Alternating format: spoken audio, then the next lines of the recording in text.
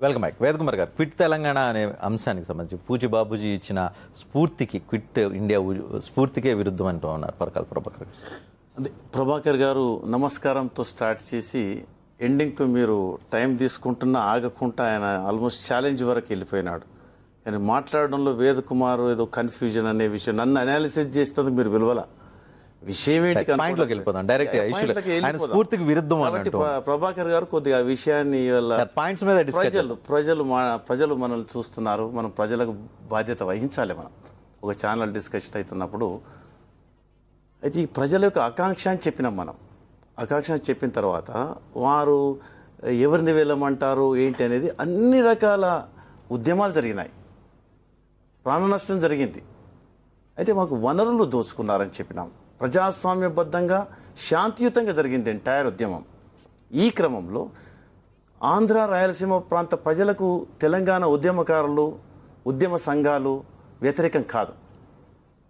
అయితే ఈ ప్రాంతాన్ని 50 కలిసినప్పటి నుంచి కూడా వనరులు వెళ్ళిపోయినాయి, ఉద్యోగాలు వెళ్ళిపోయినాయి, నిధులు వెళ్ళిపోయినాయి. లెక్కల ప్రకారంగా ఇవన్నీ చెప్తూనే ఉన్నారు. ఇవన్నీ గత 3 సంవత్సరాలుగా విపరీతమైన డిబేట్ కాదండి. ఈ మధ్య కాలంలో చూసుకుంటే గత 3 సంవత్సరాలుగా విపరీతంగా డిబేట్ అవుతుంది. రోజువారీ టీవీ ఛానల్స్ లో కూడా డిబేట్ అవుతుంది. నేను అంటున్నాను ఇప్పుడు కొత్తగా క్విట్ తెలంగాణ అంశాన్ని తీసుకురావడం. మీరు చెప్పిన దానికి వస్తాను. కానీ ఈ 3 సంవత్సరాలలో 123 సంవత్సరాల్లో వెళ్ళినంత బొగ్గు కానీ ఈ 3 సంవత్సరాల్లో పోయింది. ఎంతైతే తొలిసినామో 123 సంవత్సరాల్లో బయ్యారం కానీ 5 సంవత్సరాలు 25 సంవత్సరాలు తీసుకెళ్తాన్న బయ్యారం కానీ 5 సంవత్సరాలు తీసుకెళ్లినారు. మొత్తం యథేచ్ఛగా ఇసుక ఎరిగిపోతుంది, మొత్తం గుట్టలు తరలిపోతున్నాయి, నీళ్లకు ముంపుకు గురవుతున్నారు. ఇప్పటికి మహబూబ్ నుంచి వలసలు వస్తున్నారు. మొన్న నాగార్జున సాగర్ నుంచి 15 టీఎంసీ అక్రమంగా తరలించినారు.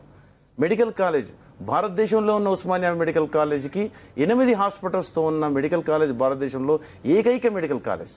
మరి ప్రభుత్వం 100-200 కోట్లు ఇచ్చి ఉండేది ఉండే, కానీ మెడికల్ సీట్లు రాలే.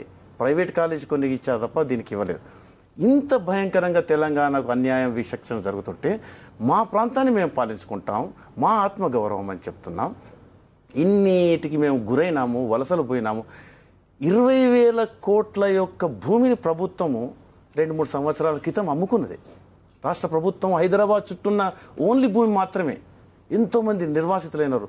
1/2 ఎకర్ ఉన్న వ్యవసాయదారుడు కూడా నిర్వాసితులైనారు. కాబట్టి మేము ప్రభాకర్ గారు ఒకటి గమనించాలి, వెల్లుం అనేది సీమ ఆంధ్ర పాలకులను మాత్రమే, తెలంగాణ రాజకీయ నాయకులను పాలకులను కాదు. జెడ్పీటీసీ, ఎంపీటీసీ ఎవరు ఎన్నుకున్నారో వారు చెప్పారు. పార్లమెంటరీ ప్రొసీజర్ ఆర్టికల్ 3 ప్రకారంగా ఏదైతే చిదంబరం మాట ఇచ్చిండో ఆర్టికల్ 3 ప్రకారంగా పార్లమెంట్లో బిల్లు పెట్టమంటున్నాం. 2004 మేనిఫెస్టోలో, 2009 మేనిఫెస్టోలో పార్టీలు పెట్టుకున్నారు. 9కి మొదలు అన్ని పార్టీలు లేఖలు ఇచ్చారు, అందరూ సమ్మతి చెప్పారు. ఆ తర్వాత 9కి అతను ప్రకటన చేశాడు. కానీ 10 నాడు జరిగింది, 23 నాడు జరిగింది, అది మనం గమనించాలి. ఒకసారి పరకాల ప్రభాకర్ రెస్పాన్స్ కూడా చూద్దాం. పరకాల ప్రభాకర్ గారు, 100 సంవత్సరాల్లో దోచుకున్నదంతా ఒక 3 సంవత్సరాల్లోనే అంతకు మించి దోచుకున్నారనే పాయింట్ తీసుకొని వస్తున్నారు. కాబట్టి క్విట్ తెలంగాణ పాయింట్ తీసుకురావాల్సిన పరిస్థితి వస్తుంది వాళ్ళకి.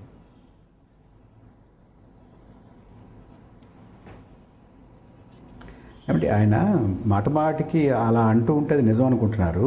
బహుశా ఆయన మిస్లీడ్ అవుతున్నారో లేకపోతే ఆయనకి తెలిసి మాట్లాడుతున్నారో తెలియదు. ఇంతవరకు